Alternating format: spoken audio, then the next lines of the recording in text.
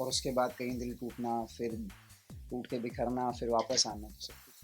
Boy next door है, cricket खेलता है, मज़े करता है, फिर उसे प्यार होता है, उसकी ज़िंदगी फिर कोई उसका दिल तोड़ता है, ज़िंदगी बर्बाद होती है, और उसके बाद जब वो बन के आता है।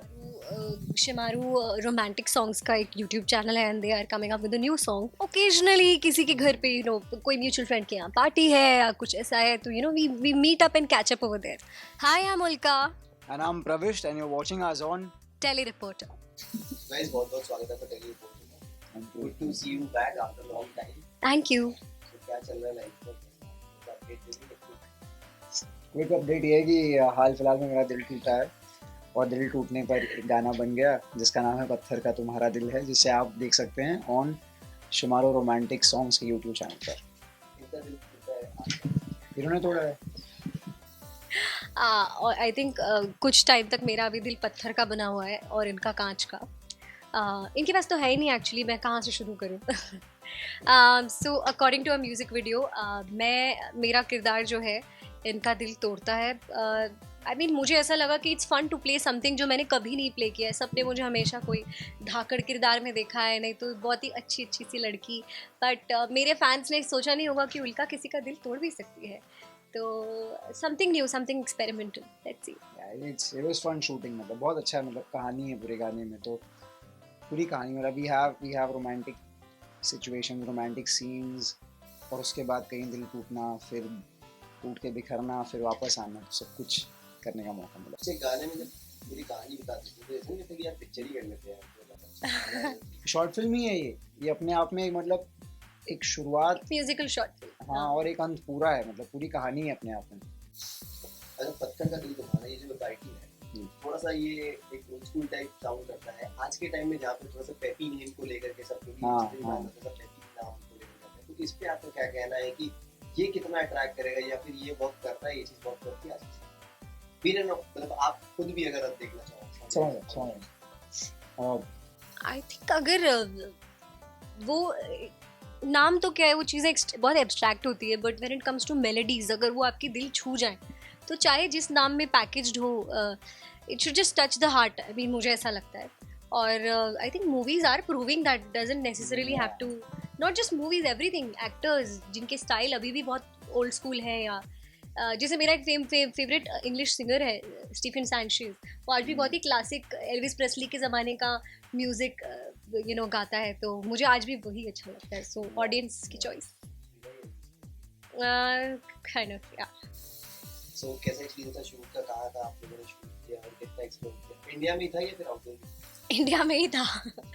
हमने गुजरात में शूट किया था, बरोड़ा के पास place called Rajpipla, right, if I am not wrong. और बहुत अच्छा मौसम था उस दिन आई थिंक, और बहुत सारे लोकेशंस पे हमें शूट करना था. तो टीम वाज अमेजिंग. हमें इधर से उधर शिफ्ट करना था. बहुत सुंदर सुंदर लोकेशन है. मतलब कहीं नदी है, हम नदी में बोट में बैठे हैं, तो कहीं ग्राउंड है, पूरा लैंडस्केप है, तो कहीं पूरा बड़ी सी कोठी है. तो काफ़ी नई लोकेशन. So look भी काफी इंटरेस्टिंग है आपका इसमें. So how much you love your look? मुझे तो बड़ा इंटरेस्टिंग लगा आप पे ऐसा कुछ नया. I had two looks. मतलब एक था कि जब इंसान प्यार में होता है, जब शुरुआती दौर पे, जहाँ पे वो एक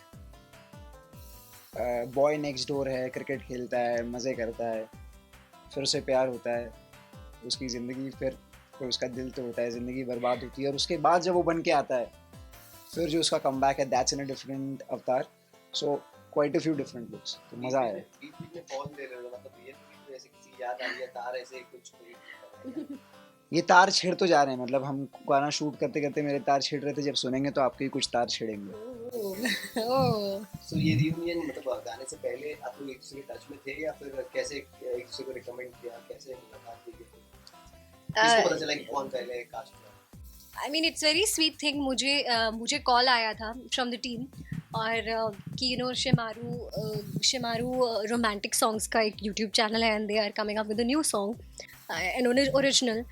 सिंगर इज साज भट्ट, और जब मुझे उन्होंने बताया कि Pravisht is the co actor and they were really looking forward and I said yes in a moment. और जब मुझे बाद में पता चला शूटिंग के दौरान पे जस्ट एन इनसाइडर थिंग कि प्रविष्ट had recommended my name, like जब ऐसे पूछते हैं ना कि what do you think is, so that is really sweet of you प्रविष्ट. I didn't know हम Still, मतलब it means a lot. everyone was in talks, हमें बताया जा रहा था कि देखिए we have pitched you for a song और भी नाम हैं.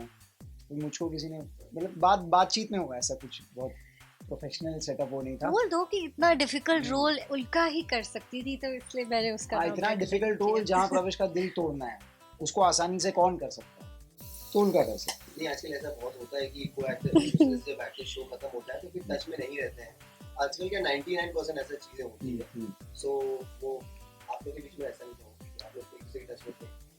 See, life happens. I think सबके साथ, I mean professionally जब we are supposed to, जब हम रोज एक दूसरे को देखते थे वैसा तो नहीं था हाँ, वैसा बिल्कुल कि वो झूठ बताना नहीं चाहिए. हाँ, Oh my God, हम उस बात कि पे- हाँ ऐसे आज तो नहीं.